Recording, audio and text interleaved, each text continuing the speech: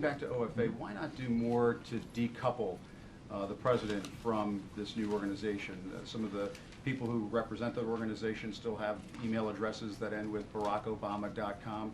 And what about the appearance that the president will be at times meeting behind closed doors with donors? They may not get individual meetings with the president, but they will be getting Well, meetings. I'm not sure about that. The organization was established specifically to promote President Obama's policy agenda, so I don't think there's any question about the link between the president's policy proposals on the economy and the middle class and education, on climate change and immigration reform, and this organization.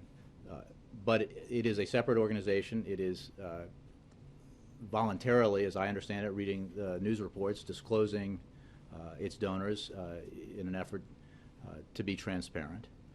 And, you know, as the president does with numerous organizations that support his policy agenda or the political agenda of the Democratic Party, which is not the goal of this specific organization, he will meet periodically with OFA. But so isn't that kind of squishy? The organization is him.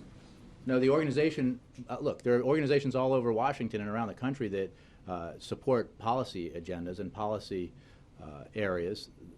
That's what this organization does. And I would refer you to them for more details on their efforts. They are not, as I understand it, again, based on news reports, engaged in political campaigning, winning elections, or helping candidates win elections. They're focused on the policy proposals. You know, the president speaks to the DCCC and the DNC and the DSCC. He'll speak to other outside organizations that have policy agendas, and that's entirely appropriate. And you know, the president is pursuing a policy agenda, as I noted earlier, that is inherently bipartisan, that is embraced by a majority of the American people, both in general, as we saw in the election, and in the specifics. And the president obviously believes that engaging the American people in our policy debates is very important.